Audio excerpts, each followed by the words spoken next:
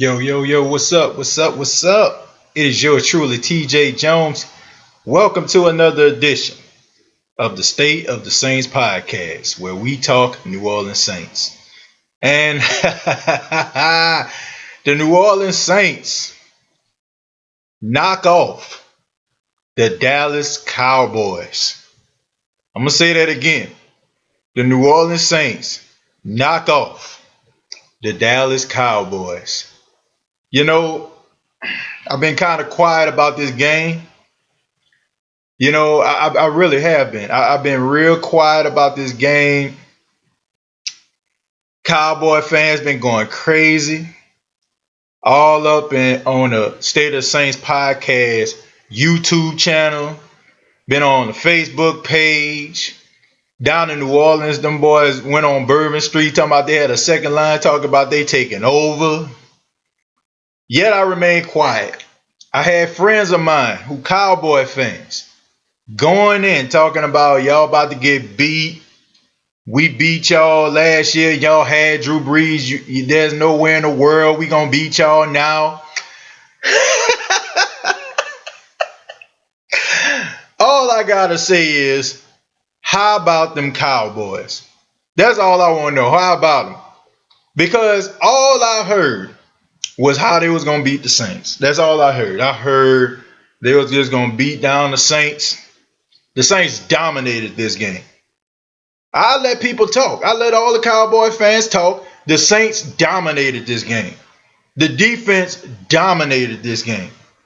The defense was so dominant that the offense didn't even score and they still won the game.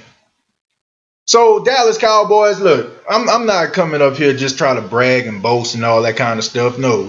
I'm not trying to do that.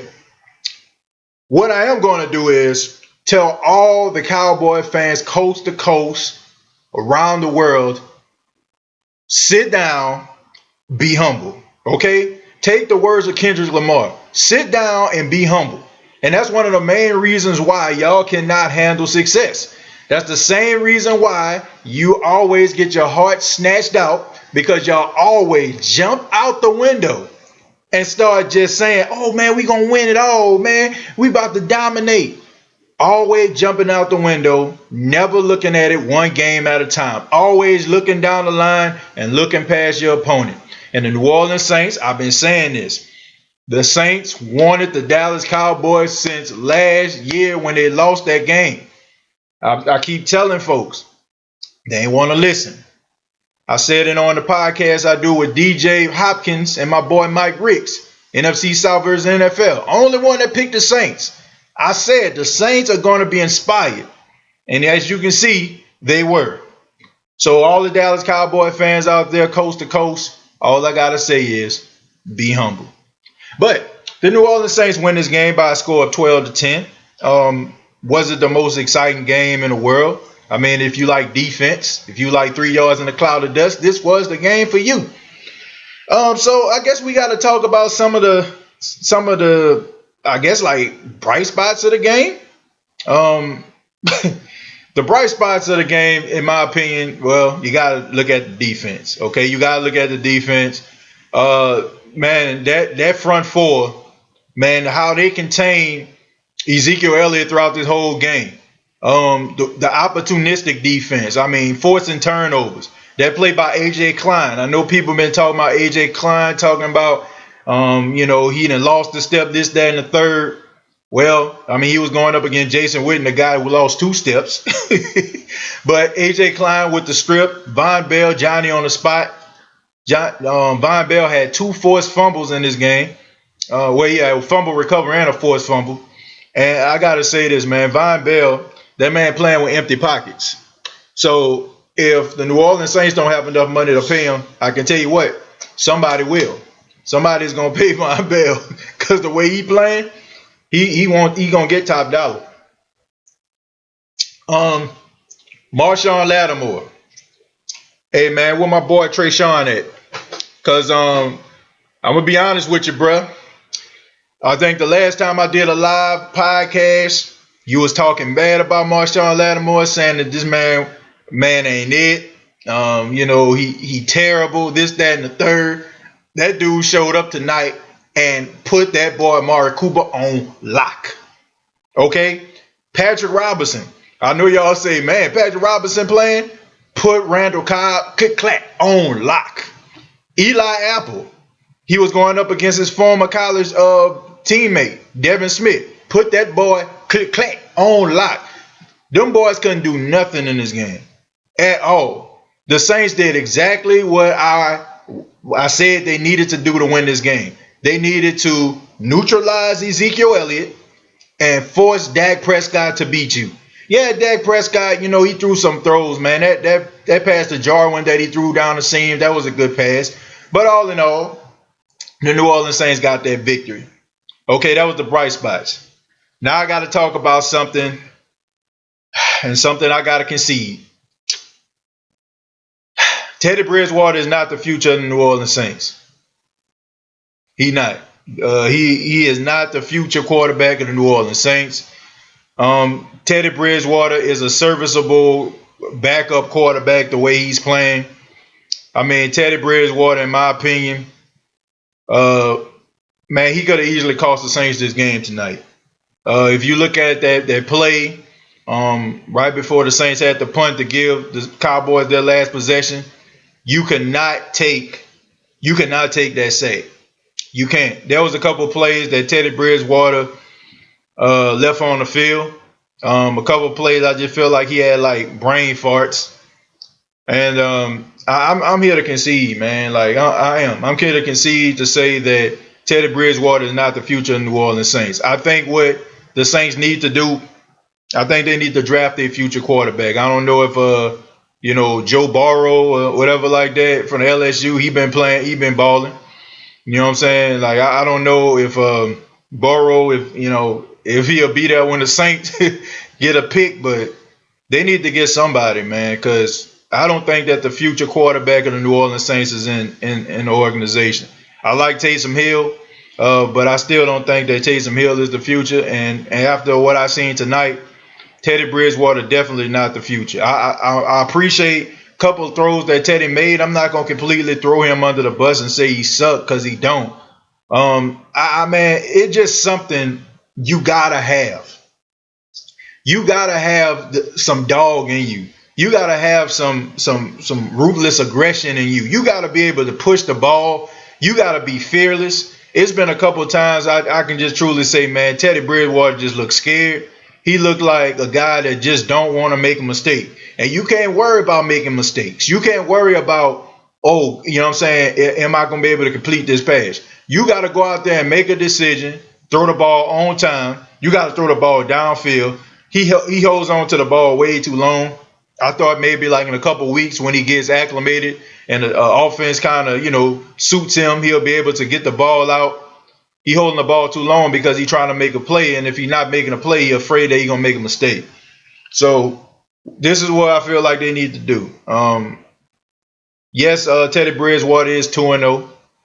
Yes, Teddy Bridgewater went up to Seattle, played pretty well. I say he played pretty well tonight, all things considered. But man, you're not going to, unless you're about to get like a Seattle Seahawks type defense, you are not going to win many games playing like this, because it's going to come a time where your defense is going to struggle and it's going to count on your offense to get you through. And if Teddy Bridgewater can't get the ball downfield, if he's not going out there wheeling and dealing, then the Saints going to be in trouble. I mean, that's just all there is to it. I mean, the defense just played lights out tonight. And that's the reason why, we're not really critiquing Teddy Bridgewater. But I'll tell you what, if the Dallas Cowboys would have went out there and was, just destroying the defense of the New Orleans Saints, then we'll be talking a whole different story. So I'm going to just be honest, man. I'm going to concede. Like, I think that Teddy Bridgewater, I think he can do a serviceable job. He did that. He's been doing it. He's 2-0 right now. I think he can do a serviceable job until Drew Brees come back. But I honestly, like I said, I gotta concede. He is not the future quarterback. This is not what the Saints need. I mean, bruh, like, I understand, like, he hasn't been a starting quarterback in 2 years, but you do not take that sack. You throw that ball at the feet of Alvin Kamara. You throw that ball on, you know what I'm saying, like on the ground. You throw that ball in the stands somewhere. You cannot take that sack, man. You had opportunity to be in field goal range and you knock your team out. You know, like you can't do stuff like that, man. Um, another thing, since we talking about quarterbacks, why is it that when Taysom Hill come in the game, they just don't throw the football with him? Like everybody kind of know it's gonna be an RPO. Everybody know it's probably gonna be an RPO. He probably gonna hand the ball off to Kamara. He gonna take it himself.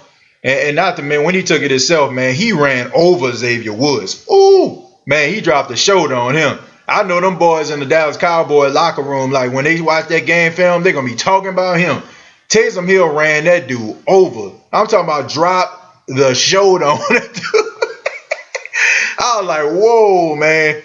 That was that was something impressive right there. But I don't understand. Like, if you got a quarterback, Taysom Hill is a quarterback, even though tonight, man, I questioned it. Uh, I gotta tell you, man, I don't understand why they just don't throw the football with him. I mean, teams don't even expect for him to throw the football. That's why I feel like they need to put like a passing package in for him or something like that, where he can, go back and throw the football down the field or something. But Teddy Bridgewater, once again, I can see. I think that he can do a serviceable job to Drew get back. The offensive line, I gotta talk about them. Offensive line suck. I don't know what's going on. I don't know what happened. Man, Drew Brees must have took their talent with him when he got injured. Their talent must have got injured with him. I do not believe. I don't want to believe. I don't want to believe that the Saints offensive line is that bad without Drew Brees. Drew Brees, we all can agree that he makes wide receivers better than what they actually are. I think we can agree with that. But dang, does he make the offensive line better? I mean, I thought we had one of the best offensive lines in football. So I don't know, man. Like this offensive line, like this was horrible for 3 straight weeks. Holding calls. I'm talking about big plays, man. Conversions. Still getting holding calls. Teddy Bridgewater, like maybe the first drive of the game, I think he picked up maybe like 15, 20 yards on the play. Call back for a holding. Another play, I think it was like 3rd and 7. Teddy Bridgewater throws the ball to Michael Thomas, first down, goes back for a holding call. Eventually, these calls are going to catch up with you. Eventually, teams are going to be able to capitalize on the mistakes of the New Orleans Saints. And when that happens, they are going to be in a whole hell of a lot of trouble. The New Orleans Saints, they got to play better on the offensive line. Teron Armstead, a guy I ran and raved about. This was the worst game I ever seen him play. I mean, looking at Pro Football Focus, when they say their name for the player introductions, they said that he ranked number 6 among his position. Tonight, man, he just looked slow. He looked old. I mean, Robert Quinn was out there whooping him. I wasn't used to it. Like, I can understand it's a different snap count. I think that play where Robert Quinn came free, he wasn't ready. But for the most part, man, like he was getting whooped. Like he was straight up getting whooped. And you cannot have a C across your chest and be getting whooped like that, man. Like you supposed to lead by example. But that offensive line, man, they gotta clean that up. They gotta clean up those penalties because eventually it's gonna catch up. These referees, man, I'm over them. I'm over these referees. Look, if you're on here talking about the Saints fans of boohoo and crying, bruh, like you can't say it's a conspiracy when it's happening every week. The referees did everything in their power to keep the Cowboys in this game. Every time the Saints got a positive play, it's a holding call, or it's a push off, or it's an illegal block in the back. Okay, and not to mention, Jalen Smith hit Teddy Bridgewater, made the man helmet hit the ground. Back, I think in the first quarter, Von Bell basically did the same thing, and they called roughing the pass a personal foul on Von Bell. You got to be kidding me, man. Like, this is not a coincidence, okay? There's no conspiracy anymore. I feel like the referees got something against the New Orleans Saints because they did everything to keep the Cowboys in this game. the prolonged possessions.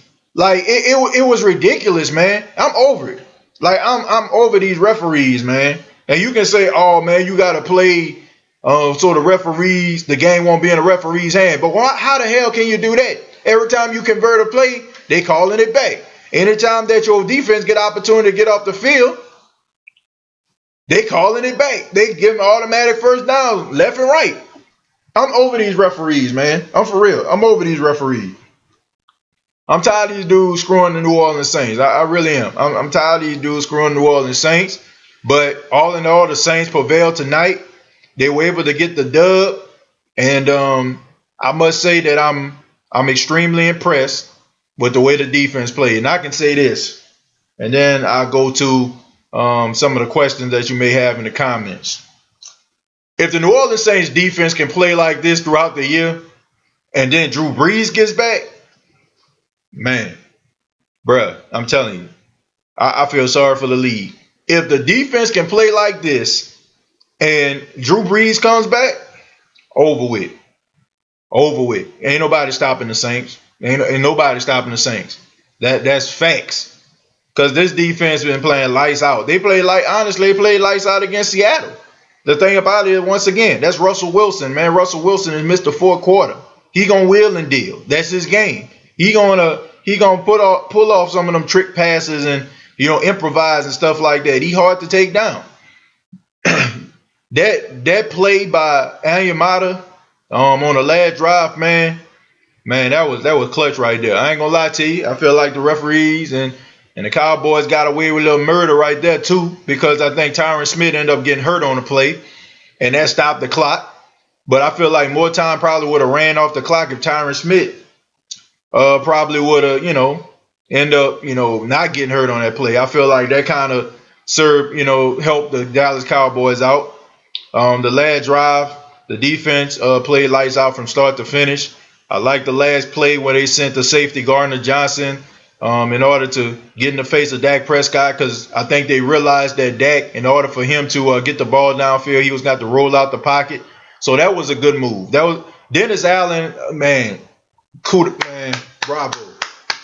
Dennis Allen that was one of the best defensive performances I've seen out of New Orleans Saints in a very, very long time. But that's my take on that. I would like to hear from you. Also, I am on Streamlabs right now, so if you all would like to donate to the show, make any comments, the Streamlab is down below. You can donate if you want to. Your message will pop up on the screen. And, I thank y'all for y'all love and y'all support as the channel continues to grow, as we try to make this the best show possible. So, just kind of keep that in mind. But let's go ahead and let's start from the top. All right, let's see what everybody else got to say about this game. And I know I'm probably not going to see many Dallas Cowboy fans on here because they only show up when they winning. They're only going to show up when they won the game. But we understand, man. We know. Y'all talk yourself into a corner. And when y'all got in that corner, y'all got knocked out cold. We know. What's going on, Iceman? How you doing, man? Kenterio, what's going on, homie? Dog, we need help on offense. It's not the fact that we need help on offense. It's just the fact that when you just nickel and diamond, penning and quartering it down the field, you're not going to, if you can say that they need anything, they need more explosive plays. I think they need to trust Teddy more to get the ball downfield. It don't seem like they really trust him that much. Yeah, I'm glad we got the win too, man. 12-10. Feels so nice to let them feel how we did last year. Exactly. Absolutely. I'm happy. I mean, I just couldn't get into it like that. Like, I understand, like, a lot of people don't like the Dallas Cowboys, man. I despise the Dallas Cowboys, like, with a passion. But it's early in the season, man. Like, people going at it like, man, they're like this the Super Bowl or something, or NFC Championship game. Like, if they had like that on the line, then I'm like, cool, I understand that. But Man, it's just week 4, man. Like I'm glad we got the win, but I'm like, man, I'm more focused on trying to get these victories, trying to win some of these games, win majority of these games, so when Drew Brees get back, the Saints can be in good position to perform and make a run at this. That's my main focus right there. Who that from Phoenix, Arizona, man? What's going on, man? I appreciate you. Appreciate you. Thank you very much, man. I hope you're not a Saints and a Cardinals fan because it got to be rough out there in Arizona if you're a Cardinals fan right now. CJ Williams says, absolutely. Awesome win. Who that? But I want Taysom Hill next week. Offense is too pedestrian under Teddy. I agree. I feel like they way too pedestrian, man. I like the way that they play, controlling time of possession. While I'm thinking about this, cause this is on my mind and I don't want it to slip. Uh, Al Michaels and Chris Collinsworth, who I respect a lot, didn't it seem like they were just going in on the Saints, like more than they do on other teams? Like it's like they were going out their way to talk about how bad the Saints was. Like even like going back to the day, like the Saints been, saying they a snake bit franchise, and they showed like a dude have a bag on their head and stuff. I'm like, man, the Saints have been relevant for years. You know what I'm saying? Like the Saints have been like one of the top teams in NFC for years. And the fact that they bring that stuff up, man, is like just pathetic. Like they ain't bringing up the Cowboys past about how they ain't make the playoffs and all that time, and how they ain't win a Super Bowl since some of us probably weren't even born. I think Friday, the very first Friday movie was in theaters around the time them boys did it. I mean, I think Martin was in his second season. I mean, it man, like they don't be talking about him like that, but they ain't talking about how the Saints have been one of the best football teams in the NFC and in the National Football League, and how the Saints been beating some of the top teams in the NFL. They ain't talking about how the New Orleans Saints and everybody talking about the Pittsburgh Steelers, but they ain't talking about how Ben Roethlisberger only beat the Saints one time, and that was back in 2006. And they ain't talking about that. They ain't talking about how the Saints got a winning record against the Dallas Cowboys since 2006, are they? They're not talking about how the Saints whooped up on the New England Patriots on primetime television, did they? They're not talking about that. They're not talking about the fact that the Saints got a winning record against Aaron Rodgers. They ain't talking about that either, are they? But they quick to talk about some of this old stuff that back in the day that, if we're going to talk about and celebrate the Cowboys like they doing all that, we need to be celebrating these Saints and how they've been dominating and been one of the top teams in the NFL over the past about 15 years. So, man, I just feel like they were going in on the Saints tonight. I ain't get it. I just didn't get it. Teddy moves the offense down the field to make 4 field goals. Tyra, you're absolutely right. Um, yeah, man. All them field goals, I went. Okay. While I'm thinking about this, in the second quarter, I think the play before Will Lutz field goal to go into the half. Why wasn't Michael Thomas on the field? Like even Michael Thomas, like if you look at the camera, you can see him like going to Sean Payton, like, man, come on, man, like I'm out here. Jared Cook has been terrible. Like he's stealing money right now. Like he is stealing money. Like he got to get together. Like he really got to get it together. Josh Hill, man, you got to make that catch. You get that catch, the Saints got first and goal. Uh, yeah, Chosen, you said finally get the catch, man. Finally get to catch you live, bro, all the way from Baton Rouge, man. Shouts out to Baton Rouge, man. Thank you very much for checking out the podcast live this time. I'm glad you can catch me. Jerry, you said, whew, yeah, I know, right? I was saying the same thing to my fiance. She was like, you was nervous. I was like, yeah, a little bit. Iceman T says Skip Bayless on suicide watch. Nah, not really, man. He set himself up for some wiggle room. He was talking about, oh, I'm real nervous about this game. I'm nervous. So he got it. He had his great escape. So he not gonna be on suicide watch. He was talking about how the Saints, this was a game and he was afraid because Mari Cooper wasn't 100%. Man, he dressed it up so he can have some wiggle room to get out. Yeah, we went off of field goals, and honestly, hey, that's a good thing right there. The fact that the team can actually win off field goals and they didn't score any touchdowns. So hey, you gotta come away from this game being positive as a Saints fan. Now I know we don't like Teddy Bridgewater the way he plays, and yes, the offense looks pedestrian, and yet it don't look like they can actually get into the end zone. But at the end of the day, if you can win games and the team that you went against was the only one that scored a touchdown in the game and you kicked 4 field goals, look, you got to go away from this game being positive because you know that the Saints going to get better on offense week to week. They're gonna get better. So Saints D stepped out. Yep. Cowgirls milking themselves right now. Oh my God, need to see Shannon and Skip go at it tomorrow. Yeah, I think everybody want to see that. Yeah, where them Cowgirl fans at? That's what I want to know. Like, aren't they like always around? Like, it's amazing to me like how they always want to show up and talk noise, but when they team lose, they ain't nowhere to be found. It's amazing. I just don't get it. I just don't get it, man. Like, y'all was talking all that noise, but hey, the Cowboys offense showed their true colors tonight. I don't want to say they showed their true colors tonight. They just went off. They just went up against a good team. They just went up against a good football team, and you know what?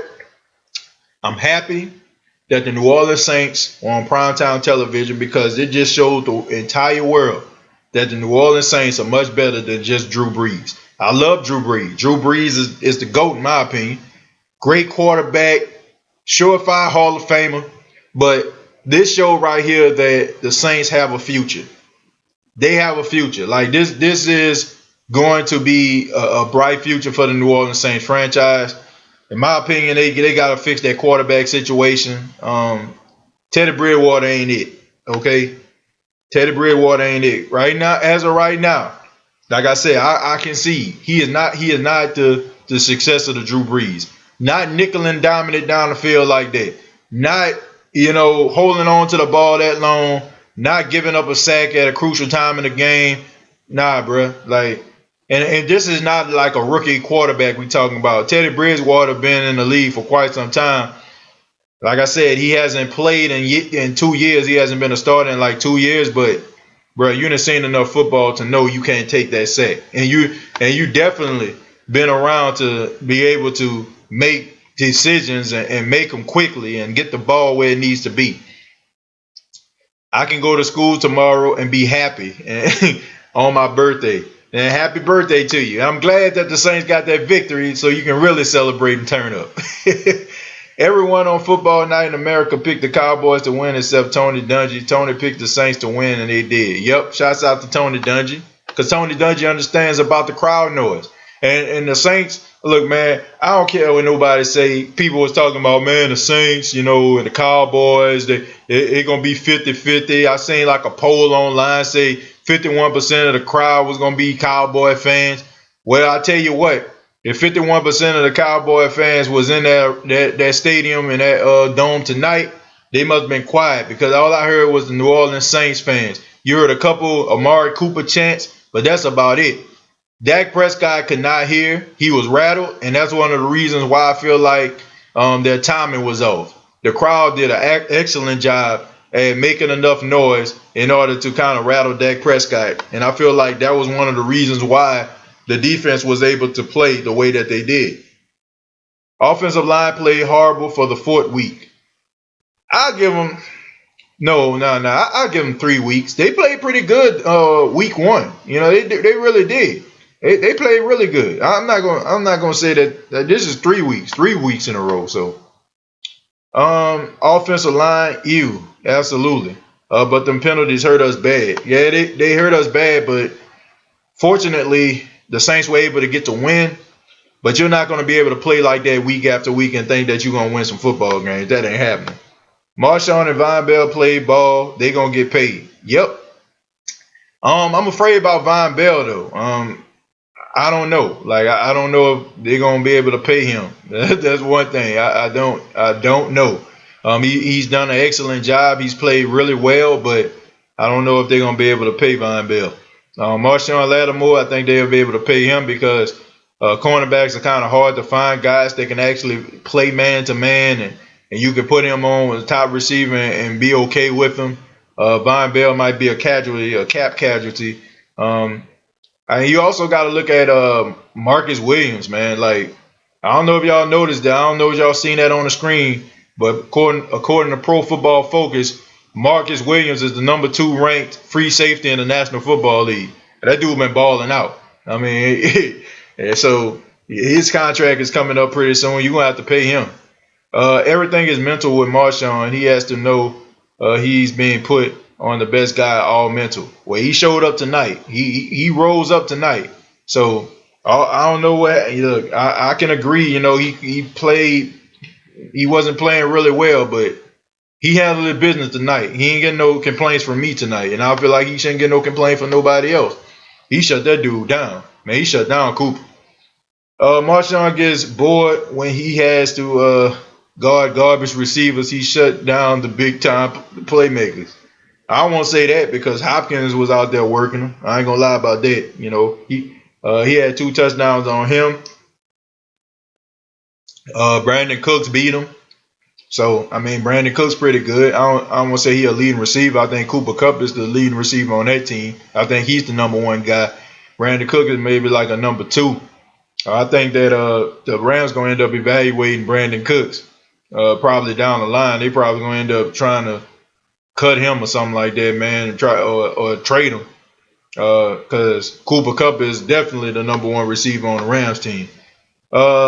Let's draft Joe Burrow. I think I read that already. Yeah, Joe Burrow been playing, man. So I don't know. I mean, he's definitely working himself up the draft boards. I can tell you that. He may not even be there by the time the Saints pick. The way he playing, that man been balling. Uh, Teddy not the future. He is stuck when he is out of the pocket. Yeah, he not the future, man. I'm sorry. Like I tried. I was a one of y'all know. Like I was a big Teddy Bridgewater supporter, but after what I seen tonight, that ain't it. That ain't it. I think that Sean Payton will have to draft a quarterback next year. I agree. I don't know about Teddy. I don't know about Teddy either, Brandon. I don't know about him, man. Got to get that boy from LSU. Yeah, got to get somebody. Him or Justin Herbert or the guy from Georgia. I think what his name, Fromm or something like that. I don't know. But one of them dudes. Like they got to get somebody up in here. Somebody that's young, somebody that ain't afraid to throw the ball downfield, somebody that, got a decent arm. Stephen A. Smith said the Saints will beat the Cowboys. Smart man. Man, I don't trust nothing Stephen A. Smith say. Stephen A. Smith, he just a caricature. He just don't like the Cowboys, and he basically just a shock jock too. Like he know that just kind of gets a rise out of Cowboy fans. And get them keep watching, and just to prove him wrong week after week. We'll need a quarterback for the future that can keep the offense playing at a high level. Yeah, I agree, man. I agree. Teddy is trash but serviceable. I don't want to call him trash. He's just not. He's just not a starting quarterback. I mean, he's just not. Like he's not a starting quarterback. That's just all there is to it. I think. I think what you have with him is a lifetime backup, a McCown type, a Fitzpatrick, like somebody like that. I like Teddy. I think his story is remarkable. The fact that he almost lost his leg, man. The fact that they didn't know if he was gonna be able to play football again. Great story. Every time you see him on the field, man, you happy for him. You seen his post game speech last week. He barely can get through it because he was so emotional. But that ain't it, bro. Like I'm sorry, that ain't it. You are not gonna win Super Bowls. You're not gonna win no championships. I don't know, dinking and dunking it down the field, man. You just not. We need Drew back fast. We can't score. Yeah, we definitely need Drew back, but they are 2-0, so I mean it's not all bad. We got to play the Bears. Well, if we bring that defense like we did tonight, we should be all right. Man, you're not scoring on the Bears anyway, man. So you look, we got Will Lutz. So we got Will Lutz. Maybe kick 5 field goals next time, and that'll be enough to beat the Bears. Looking at that injury to Trubisky, the way that he rolled up on his shoulder, man, you might see a Chase Daniel type game, and that might be good for the Saints since they know his tendency since he's been a backup he's been in and out the lineup for the past couple years, so might be good for the Saints. Defense was bomb. Absolutely. Agreed. 100% about Teddy B. Great team win. He's not the future. Yeah. I think we all can agree on that right now. I mean, unless he about to come out here and throw for about 400 yards the next 2 games, which I highly doubt, he's definitely not the future. Let's see. I don't know about y'all, but I'm definitely glad the defense is playing well. Yeah, man. Like I said, if the defense can play like this throughout the year and Drew Brees come back, man, I'm telling you, ain't nobody beating the Saints. Nobody. I don't care if the Saints got to go on the road. I don't care if they got a number 1 seed. I do not care. They're not. Nobody beating them. Like, for real, nobody. They can be the Rams. They can be the Cowboys, the Packers. Nobody beating them. Who that from Italy? Wow. Thank you. It's 6 a.m. and I have to be in the office in 3 hours. I got to be in the office in 3 but it was worth it. Yeah, absolutely. And shouts out to you, man, Herman Schultz. Shouts out to you all the way in Italy, man. Wow, I'm extremely humbled right now. Thank you very much for taking the time out. And good morning to you. It is morning here, by the way. Well, I don't. Yeah, it is morning here because I'm in South Carolina. It's 12:30 here, but man, wow. Thank you. I'm humbled by it. Like I got taken back. We are a disgrace on offense. Not a disgrace on offense. We just are not. We're just not producing any point. We just didn't get any touchdowns, man. Like they were moving the ball. They just didn't get in the end zone. So you just got to fix that. You just got to work on getting in the end zone. So disgraceful? No, not at all. I know, right? Let Taysom throw a couple passes. Yeah, mix it up. Like teams just know you about to run that RPO. They know it's gonna be a handoff to Kamara or a run by him, and most time it's gonna be a run by him because he's so excited about getting in the game. So he gonna try to take advantage of it. I would have felt better with 1 touchdown in that game. We are just stalling too much. Teddy is too shy. I don't know if he's too shy. Oh man, he just need that killer instinct. Like, bro, you just got to go out there and just let loose. You gotta go out there and be confident. I just think he lacks confidence. Like that's what it is. Like he lacks confidence. Like I don't know if he just so afraid. Like look, he can play it off all he want to. When you are coming in a game and you are back, you're in the game to replace a legend. Okay, not just a Saints legend, an NFL legend. I don't care what nobody say. That will make anybody nervous, and you can tell. He is so afraid to make a mistake. He is willing to basically put his body on the line and really just hold on to the ball because he does not want to make that mistake. Because I guess man, we all know what Drew do. Drew is probably the most least sacked quarterback in the National Football League because number one. Drew is going to try to throw the ball away. Drew will take an intentional grounding. He'll throw it at the feet of Alvin Kamara. He'll throw it at the feet of a tight end, a fullback.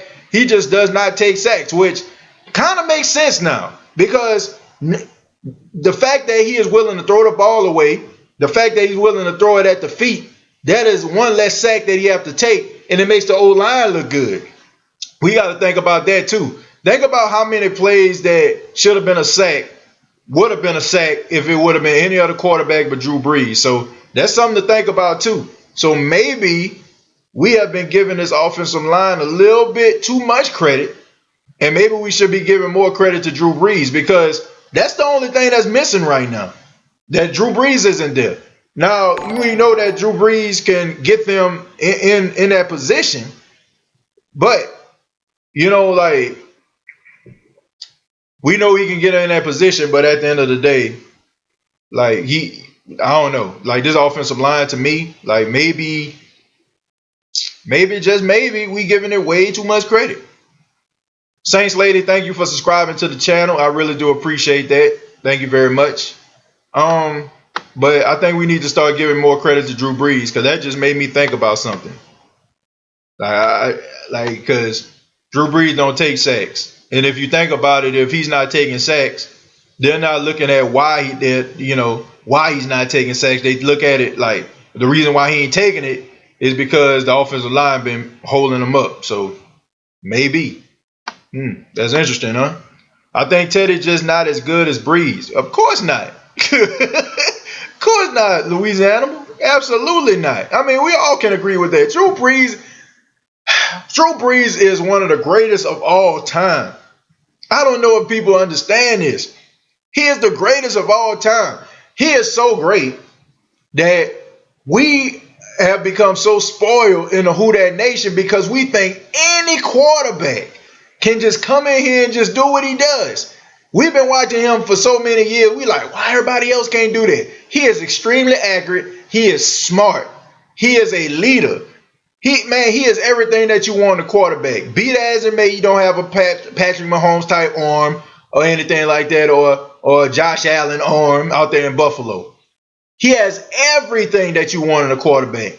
And we have completely just forgot that this guy's great. And we just think that anybody that does not play on his level is not deserving of the Saints starting quarterback job. But I tell you what, there's only one Drew Brees. There's a reason why the Miami Dolphins have been struggling year after year trying to find a quarterback, still looking for the next Dan Marino. There's a reason why the San Francisco 49ers have been struggling for years, still trying to find the next Joe Montana and Steve Young. Jimmy G, he out there balling, but man, he got a lot of work to do. So I think we forget how great Drew Brees is, and I think we forget sometimes that we're actually watching greatness every time he hits the field. Taysom Hill, Teddy Bridgewater, they can play 10 more years. I guarantee you, they will never be Drew Brees, ever. The next quarterback, even if it's one of those guys, or if it's a rookie or somebody that's in college right now, they will never be Drew Brees. We are watching something special, Who Dat Nation. We are watching something special. Drew Brees is special.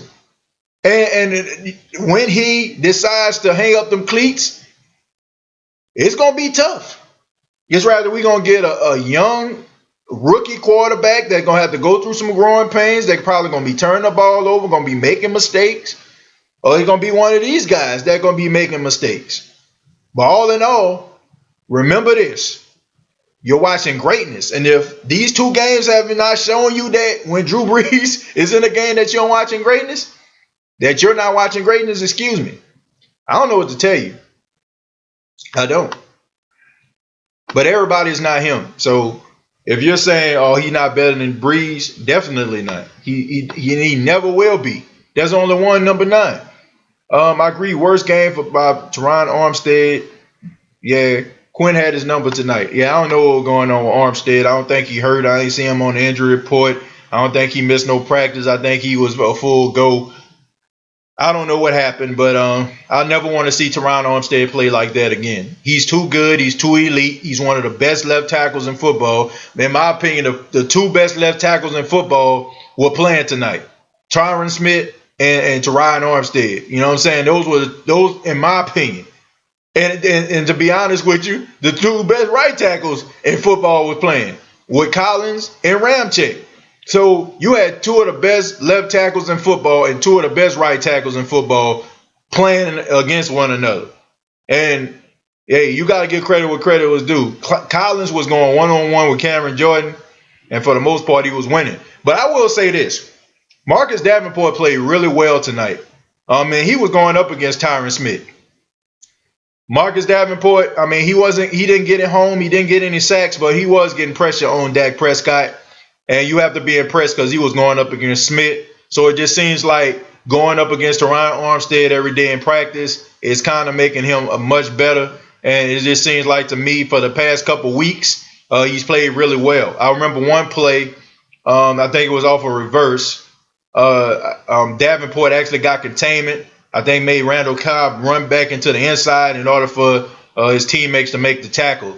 That's what you want to see. You want to see that outside containment. You want to see him out there getting pressure. You want to see him out there, making sure he controlling his side, controlling the edge. He's doing an outstanding job. Trey Hendrickson, I think he went to the locker room. I ain't see him come back, so I guess he's injured. The linebackers played really well tonight. I seen Kiko Alonso out there. He did a good job. What can you say about Mario Davis? Best free agent acquisition, one of the best the Saints ever had.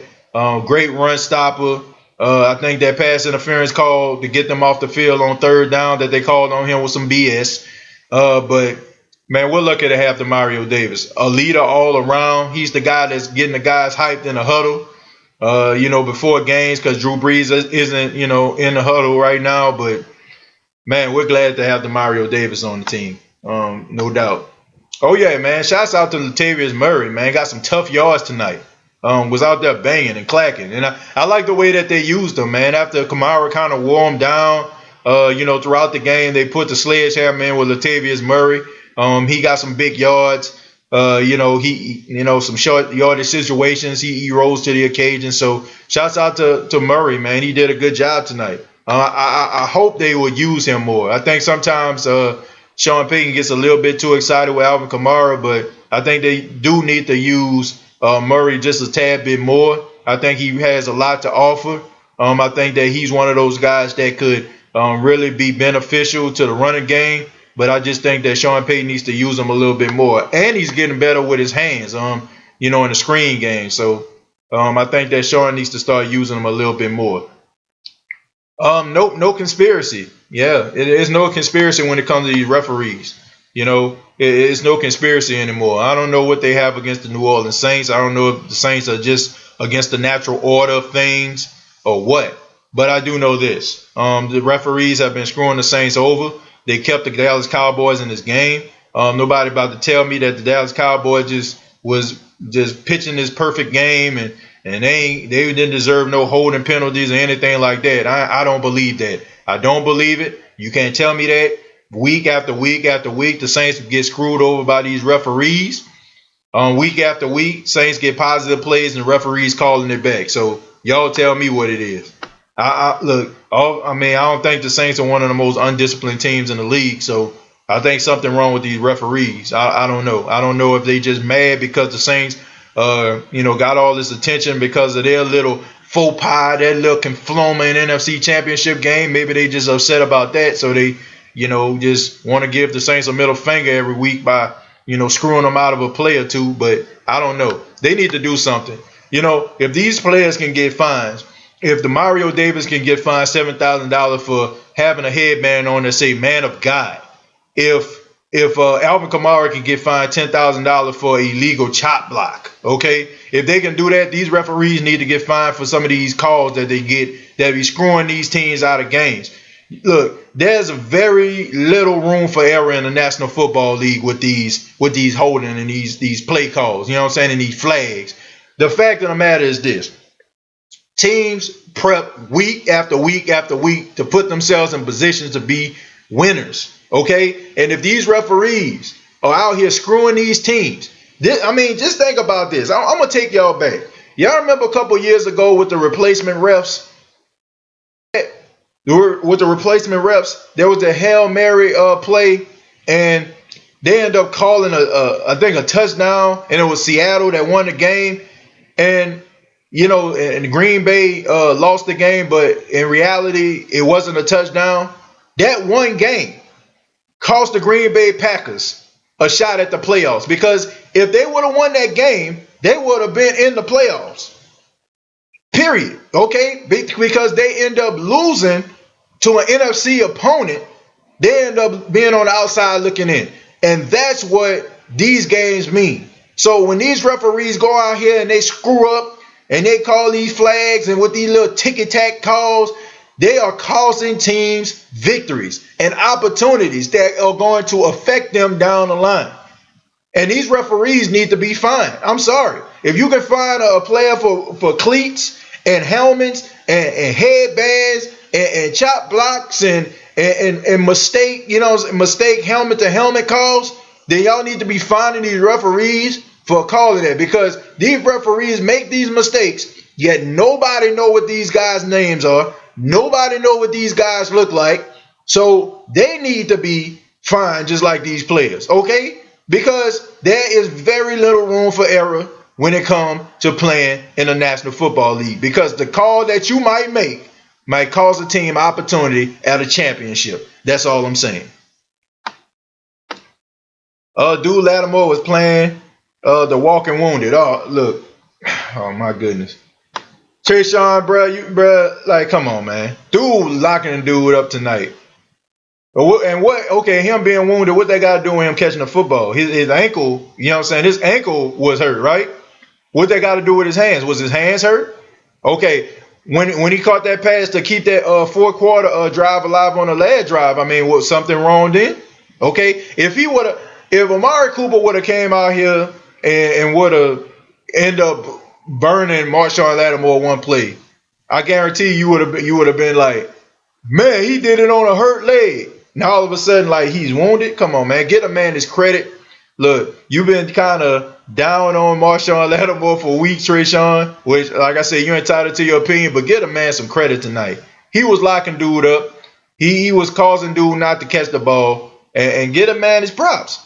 Just give him his props. Like, if he go out here and he go up against, what they playing, Tampa next week, and Godwin have a good game like he did today against the Rams, or Mike Evans or something like that, cool. Then you can talk about him. But tonight, you got to get a credit where credit is due, man. You got to do it. Like, I understand, this your hill to down, but get a man credit tonight. This is not the night to be criticizing the play of a Marshawn Lattimore. I'm sorry, my friend. Thank God. Hold on. Thank God Sheldon Rankins is back. Absolutely, man. Sheldon Rankins did an outstanding job tonight, but got to give credit. Malcolm Brown, the former New England Patriot, the two-time Super Bowl champion, played it out his mind tonight. Him and David Onyemata, man, bruh, outstanding job. I mean, they controlled that middle. Ezekiel Elliott, it was very hard for him to get yards. It was very hard for him to do anything, and you have to say it was Malcolm Brown and David Onyemata. Sheldon Rankins was in mostly on goal line situations. He was in the game every now and then, which I can understand, because I'm kind of shocked that Sheldon is back right now. I know it's been like 9 months or whatever like that, but just to see that he's back, he's a guy that has the potential to be a Pro Bowler and a guy that can be one of the all-time greats. He has that type of talent. So to have Sheldon back, I know the Saints are very excited about that. But David Onyemata and Malcolm Brown, in my opinion, were the unsung heroes on that defensive line tonight. Rock the color rush uniforms again tonight. Yeah, seems like you got a little trend going. Seems like when you look good, you play good, right? And the Saints got the best color rush uniforms in the National Football League. I think we all can agree with that. Best color rush uniforms they got. I seen some of the other ones. They look terrible. Like the Seattle Seahawks, them boys look like walking, talking Sprite cans out there. Maybe the refs had a bad bowl of gumbo, and now they're making the Saints pay for it. I don't know what they had, Herman. I don't know. I don't know what they had. I don't know if they had bad gumbo or somebody slipped them a couple hundreds. Jerry Jones invited him up to his suite and gave him a couple thousand or something. I don't know. He was on Bourbon Street. Maybe he was like, maybe he was out there. I don't know what he was doing, man. I don't know. But Jerry Jones, maybe he called him up in the suite or something like that. I don't know. That's their lucky jersey. I guess so. Maybe it is their lucky jersey, because they don't really lose in them. I can tell you that.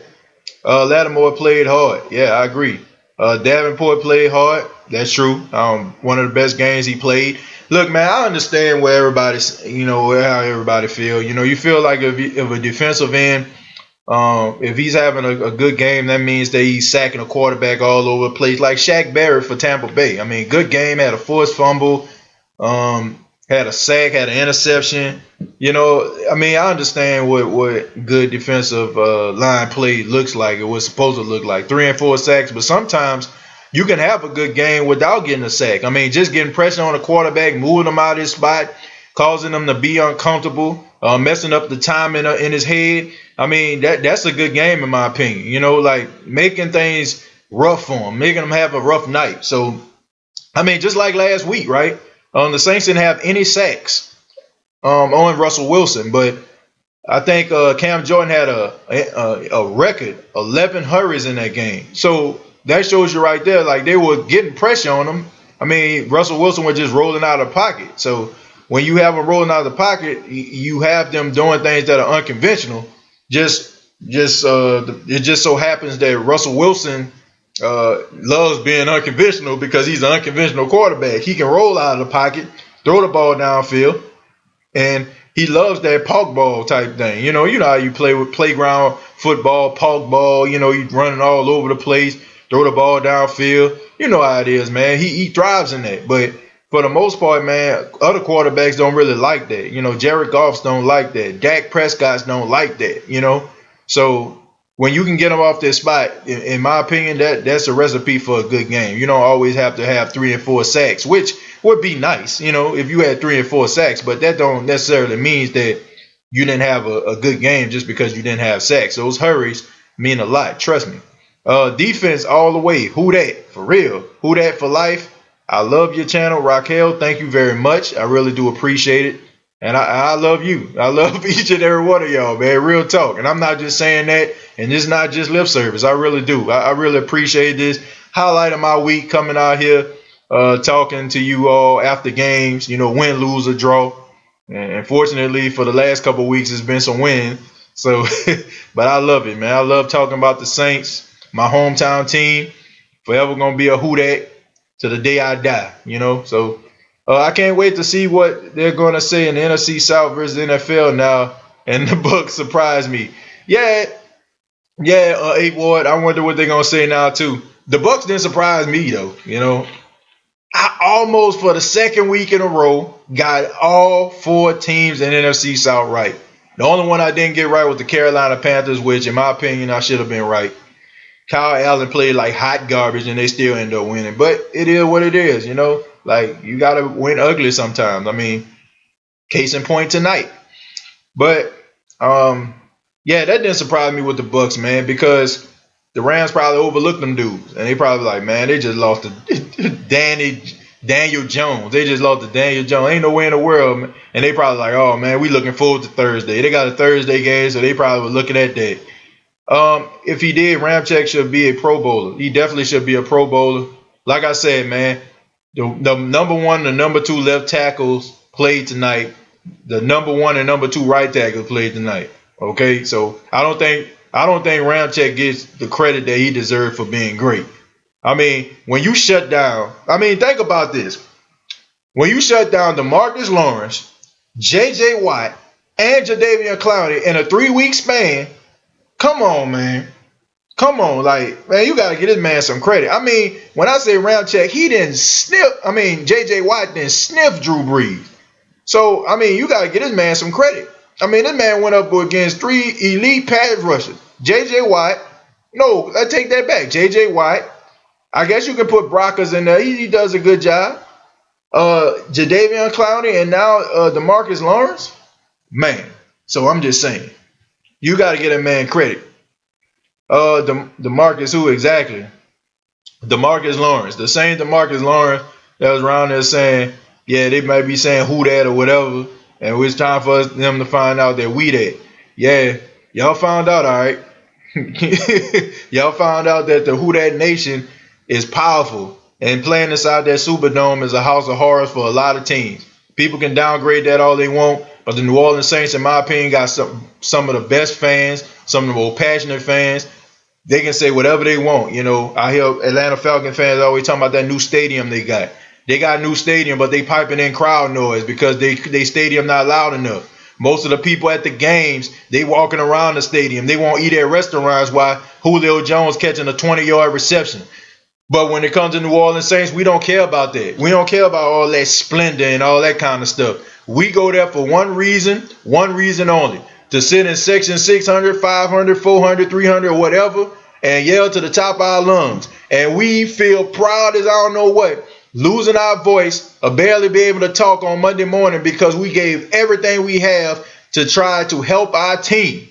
So while all these people talking about the New Orleans Saints, the stadium, the dome is a real thing. Got some of the most passionate fans. We don't care how we look. We don't care how we sound. We're here. We're there for one reason only, and that is to cause offenses to have some of the worst games they can possibly have, and it's all because of the crowd noise. So the rest of the NFL, eat your heart out. The New Orleans Saints fans are the truth. Period. Eli Apple was so quiet. That's what I love to see. Yep, Eli Apple, man. Can't really talk about him now, man. Man been balling out there. Him and Patrick Robinson. Yeah, the Falcons losing, man. Falcons suck. Okay? The Falcons suck. I know I talk about the Falcons a lot.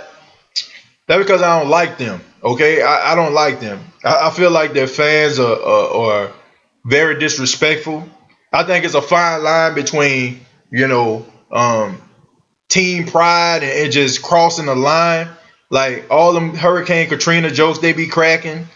Like I ain't down with that. Like that's something very, very serious. I think a lot of people on here, when you look at Hurricane Katrina, people lost their lives, man. I know at least about 5 or 6 people that I know personally end up dying in their attic. You know what I'm saying? Floating in the water. That ain't nothing to play about. I'm all for, teams, y'all blew that or whatever like that. That's cool. But when you start talking about, people something so serious like Hurricane Katrina, that's like, to me, and forgive me for using this example, but that's like talking to a Jewish person about the Holocaust. It's just certain things that you just don't do. And if you're talking like that, like I ain't got no respect for you. And I'm glad, honestly, I'm glad that they losing because their fans have absolutely no class. Like we just talk about the Falcons, we laugh at their misfortunes, and it should be like they laugh at ours, but they take it way too far, and I can't respect that. So a part of me is happy that they're losing. I'm happy they're unsuccessful, because I just feel like that just karma coming back on them because if it was just one thing about you all just celebrating the misfortune of the Saints, that'd be one thing. But talking about a event where person lost their lives, people lost their lives, people been displaced, some people dealing with mental trauma to this day because of that. I can't get down with that. I'm sorry. Uh, 49ers a joke. We're going to expose them in our dome, man. Slow your roll, King. One game at a time, all right? Can never like take it from the Rams today, right? King, take it from the Rams today. Never underestimate your opponent. Always play up. You know what I'm saying? Like play as if you're playing against the Patriots every single week. Shall we call our defense the Dome Patrol? Give it a couple weeks. King, I like that. I like that enthusiasm, King. I love it. I love it, King Ebony. Love it. But one game at a time, all right? One game at a time. Uh, the car is getting steered in the right direction, and we're still winning. Yeah, yeah. As long as they winning, I don't care. Like, long as the Saints are winning, I can care less. That's all that matters to me. As long as the Saints are winning. Um, what about Tampa Bay? Good football team. Offense seems to be clicking. The defensive line of the Tampa Bay Buccaneers, they can cause some problems for Teddy Bridgewater, especially since he's been holding on to the ball too long. The secondary played really well today. Seemed like they're forcing turnovers. Um, I think if the Saints play like they did tonight, there's no way they're gonna beat Tampa Bay. Tampa Bay can score. They can score points. And in order for you to beat Tampa Bay, you're gonna have to score some points. You're not gonna be able to shut down the Tampa Bay Buccaneers like you did the Dallas Cowboys tonight. In my opinion, I just think that Kellen Moore just got took into school. You know what I'm saying? This was master class tonight. Uh, Kellen Moore has a future. I think that Kellen Moore, the offensive coordinator of the Dallas Cowboys, has a future. I think in a couple of years we probably gonna be looking at him as a head coach. But he went to master class tonight, and he wasn't ready. Sean Payton is the best, if not one of the best, if not the best play caller in the National Football League. And I think Kellen Moore was a little bit over his head going up against a Dennis Allen defense and also calling plays, because I'm pretty sure that Sean Payton probably was looking at the plays, probably was telling Dennis Allen, they probably was communicating throughout the game. So Kellen Moore, he has a bright future. I like him. I like Kellen Moore since he was at Boise State, man. And I wish him well. But he just got taken to school tonight. I mean, Sean Payton is the truth. And Dennis Allen really showed that he can get those guys coached up. Can we talk about how we should be lucky, how good our kicker is? Yeah, Will Lutz, as I call him, Will Clutch, has been bailing the Saints out for at least 2 games. And, I mean, that's what you do, man. That's what you want. I mean, that's their job. Their job is to kick field goals, okay? You got one job, okay? Well, 2. Will Lutz has 2. Kick the ball to the back in the end zone where teams can't run it out and kick field goals. I mean, and he does a good job. And we're lucky to have him. Just think about this. The New Orleans Saints end up getting Will Lutz because of the Baltimore Ravens. The Baltimore Ravens have Justin Tucker, which is by far the best kicker in the National Football League. One of the most accurate all-time best. Okay? And Will Lutz was out there going in with him. And they decided to, get rid of Will Lutz. Not because of anything Will did, because Will was out there going toe-to-toe with him. So John Harbaugh called up Sean Payton and said, hey, man, I got this kicker. You need to look at him. And Sean Payton said when Will Lutz kicked for him, he says one of the best kicking performances I ever seen for a trial. And he said this guy's going to be kicking way longer than I'm coaching. So that tells you enough right there. And Will Lutz, it was a while for him to get to that point, man. Will Lutz, I can remember some field goals, that cost us the game. Like just one in mind, with the Denver Broncos. I remember when Will Lutz was kicking the ball too low and people was almost blocking the kicks. So it took a while for Will to get his stride, man. But I'm proud of him. I'm proud that Will Lutz is our kicker, man.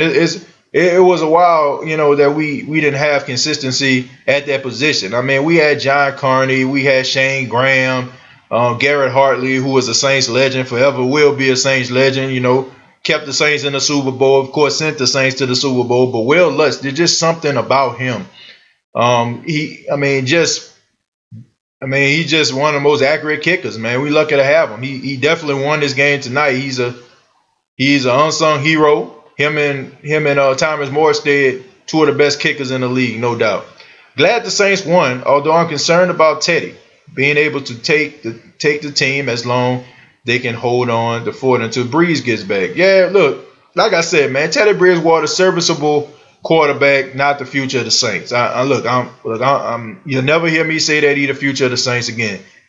I take that back. If he come out here throwing 400 or 500 yards in the next 2 games, maybe, but I doubt it, okay? But he's not Drew Brees. As long as he can go out there, manage the game, get his Alex Smith on, go out there and manage the game. As long as he can do that, he good, okay? Let's just try to win more games than we lose, going up with Drew Brees. And the way Drew Brees is talking, he might be back sooner rather than later. But if the Saints will keep winning games, ain't no need to rush Drew Brees back.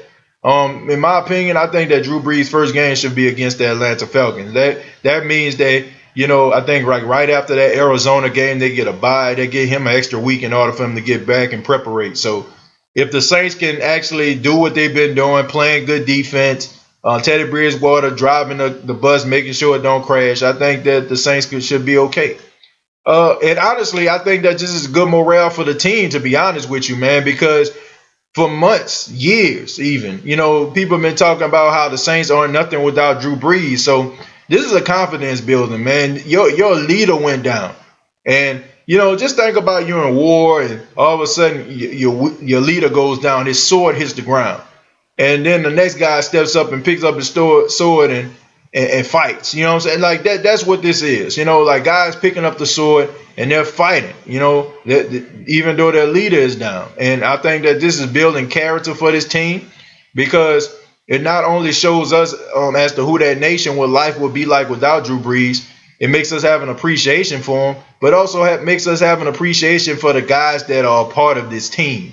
Like watching these guys go out here and play and evolve right before your eyes, and seeing these guys make plays and playing for each other. That's what it's all about, man. And I think that by Drew Brees being out, we finally are looking at who we actually have on this team and who we can see being Saints down the line, helping this team possibly, getting shots at championships for years to come. We have to play Tampa Bay twice. Yeah, we do. But next time we'll play Tampa Bay for a second time, I'm pretty sure Drew will be back. Jared Cook actually caught. Oh, I'm sorry. I'm trying to stroll down too fast, but I think it was something about Jared Cook catching a pass. Yeah, he did catch it. Almighty One said, "I'm glad Donald took out Breeze." I don't know why. That's pretty messed up to say, Almighty One. Ernest PS says, "Sue you, haha."